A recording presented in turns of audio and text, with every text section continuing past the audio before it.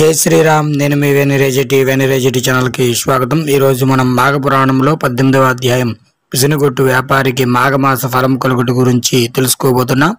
వశిష్ఠ మహర్షి దిలీపునకు పార్వతీదేవి పరమేశ్వరుడు చెప్పినటువంటి పిసినారి వృత్తాంతమును ఇట్లు తెలియజేసెను. ఓ పార్వతీదేవి, చాలా కాలం క్రిందట దక్షిణ ప్రాంతమందలి వసంతవాడి అను నామం గల ఒక పెద్ద పల్లెటూరి ఉండును. అందుక బంగారు శెట్టి అను వైశ్యుడు ఒకడు ఉండును. అతని భార్య తాయారమ్మ. బంగారు శెట్టి ఒట్టి పిసినిగొట్టు. తనకున్న పిత్రార్జిత సంపదే లెక్కకు మిక్కిట్టుగా ఉన్నది.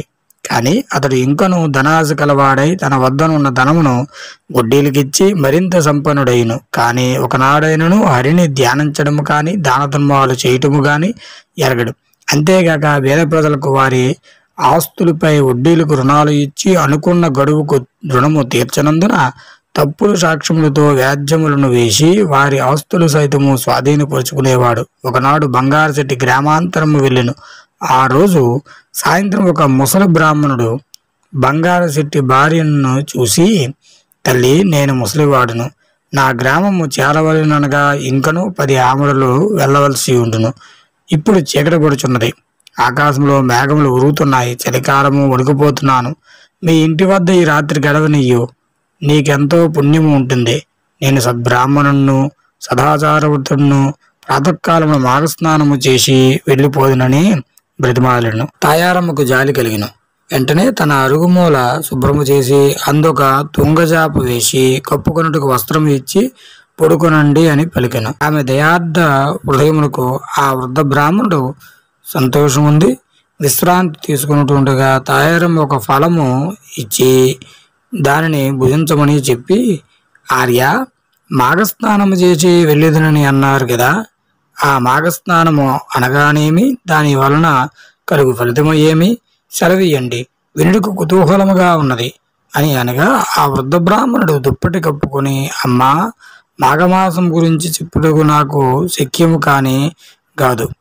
ఈ మాఘమాసంలో నది యందు గాని, తటాకము యందు గాని, లేక నూతి యందు గాని సూర్యోదయమైన తర్వాత చన్నీళ్లు స్నానము చేసి విష్ణు మందిరానికి వెళ్ళి తులసి దళంతో పూలతోనూ పండ్లతోనూ పూజ చేసి స్వామివారి ప్రసాదం స్వీకరించవలను. తర్వాత మాఘపురాణం పఠించవలను. ఇట్లు ప్రతిదినమును విడవక నెల రోజులు చేసి ఆఖరి రోజున బ్రాహ్మణకు సమారాధన దానములను ఇవ్వవలను. అట్లు చేసిన యెడల మానవునికి రౌరివాది మహాపాపములు వెంటనే నశించిపోవును. ఒకవేళ ఈ నెల రోజులు చేయలేని వారు వృద్ధులు, రోగులు ఒక రోజునను అనగా ఏకాదశి రోజునైన గాని, ద్వాదశి నాడు గాని, పౌర్ణమి దినమున గాని పై ప్రకారముగా చేసిన సకల పాపములను వైదొలిగి సిరి సంపదలు, పుత్ర సంతానము కలుగును. ఇది నా అనుభవం తెలియజేస్తున్నాను అని చెప్పి ఆ బ్రాహ్మణుని మాటలకు తాయారమ్మ మిక్కిలి సంతోషించును. తాను ప్రాతకాలమే బ్రాహ్మణుతో నదికి పోయే స్నానం చేయుటకు నిశ్చయించుకును.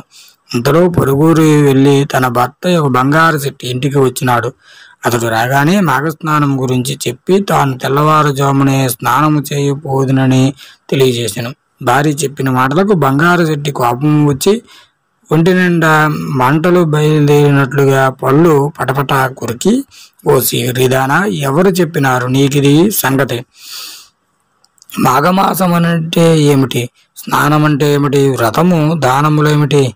నీకేమీ పిచ్చి పట్టినదా? చాలా చాలా అధిక ప్రసంగముతో చేసుచున్నావు. నోరు నొక్కివేయుదును. డబ్బులు సంపాదించడంలో నా పంచ ప్రాణములు పోచున్నవి. ఎవరికి ఒక పైసా కూడా వదలకుండా వడ్డీ వసూలు చేస్తూ కూడబెట్టిన ధనము దానము చేయదుగా. చలిలో చన్నీళ్లు స్నానము చేసి పూజ చేసి దానములు చేసి ఒళ్ళు ఇల్లు గుళ్ళ నెత్తి పైన చెంగు వేసుకుని భిక్షాందేహి అని అనవలసిందే. జాగ్రత్త, వెళ్ళి పడుకో అని భర్త కోపగించినాడు. ఆ రాత్రి తాయారమ్మకు నిద్ర పట్టలేదు.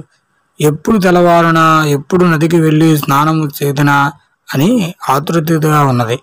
కొన్ని గడియలు తెల్లవారినది. తాను కాలకృత్యములు తీర్చుకుని ఇంటికి వచ్చి ఉందన్న వృద్ధ బ్రాహ్మణునితో మొగునికి చెప్పకుండా నదికి పోయి స్నానం చేయుచున్నది. ఈలోగా బంగారు శెట్టి పసిగట్టి ఒక దుడ్డు కర్ర తీసుకుని నదికి పోయి నీళ్లు దిగి భార్యను కొట్టబోచుండగా ఆ ఇద్దరు కొంత తడువు నీళ్లలో పెనుగులాడిరి. ఇద్దరూ నీళ్లలో మునగవలసి వచ్చును. అట్లు మునగటిచ్చే ఆ ఇద్దరి మాఘమాస ఫలము దక్కినది. భార్యను కొట్టి ఇంటికి తీసుకువచ్చినాడు. కొన్ని సంవత్సరములు జరిగిన తర్వాత ఒకనాడు ఇద్దరికి ఒక వ్యాధి సోకినది. మరికొన్ని రోజులకు ఇద్దరూ చనిపోటు చే బంగారు చెట్టుని తీసుకుని పోటుకు యమభటులు వచ్చి కాలపాసము వేసి తీసుకుని పోచుండిరి. తాయారమ్మను తీసుకుని పోటుకు విష్ణుదూతలు వచ్చి ఆమెను రథమునిపై ఎక్కించుకుని తీసుకుని పోచుండిరి.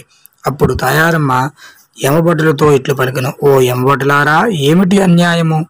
నన్ను వైకుంఠమునకు తీసుకుపోవటకు ఏమి? నా భర్త యమలోకమునకు తీసుకుపోవటం ఏమిటి?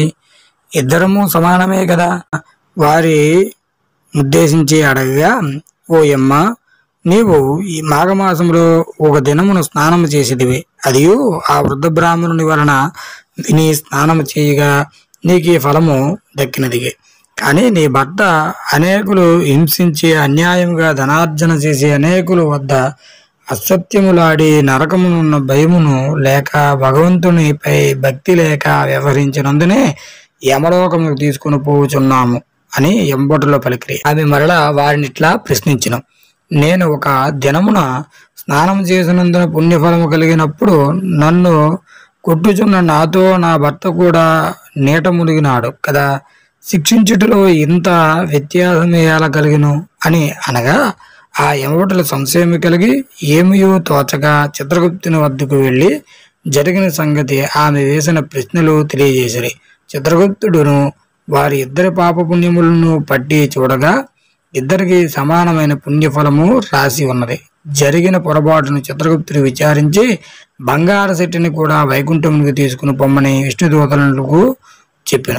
విష్ణులోకమునకు ముందుగా వెళ్ళి ఉన్న తాయారమ్మ భర్తగతి ఏమయ్యనో అని ఆతృతతో ఉండగా బంగారు శెట్టిని పుష్పక విమానం మీద తెచ్చి వైకుంఠంలో విడిచిరి. భార్యాభర్తలు ఇద్దరు మిక్కిలి సంతోషము ఉందిరి. రాజా వింటివా, భార్య వల్ల భర్తకు కూడా ఎటులో మోక్షము కలిగిన భర్త దుర్మార్గుడైన పిసునుగుట్టును అయినను వ్యవహరించినను భార్య యథాలాపంగా ఒక్కరోజు మాఘస్నానం చేసినందున ఇద్దరికీ వైకుంఠ ప్రాప్తి కలిగినది కదా. కనుక మాఘస్నానము నెల రోజులలో చేసినచో మరింత మోక్షదాయకంగా అగునట్లు సందేహం లేదు. ఇది మాఘపురాణంలో 18వ అధ్యాయం సంపూర్ణం. ఈ వీడియో కానీ మీకు నచ్చినట్లయితే లైక్ చేయండి, షేర్ చేయండి. మరిన్ని వీడియోల కోసం సబ్స్క్రైబ్ చేయండి. శుభం. జై హింద్.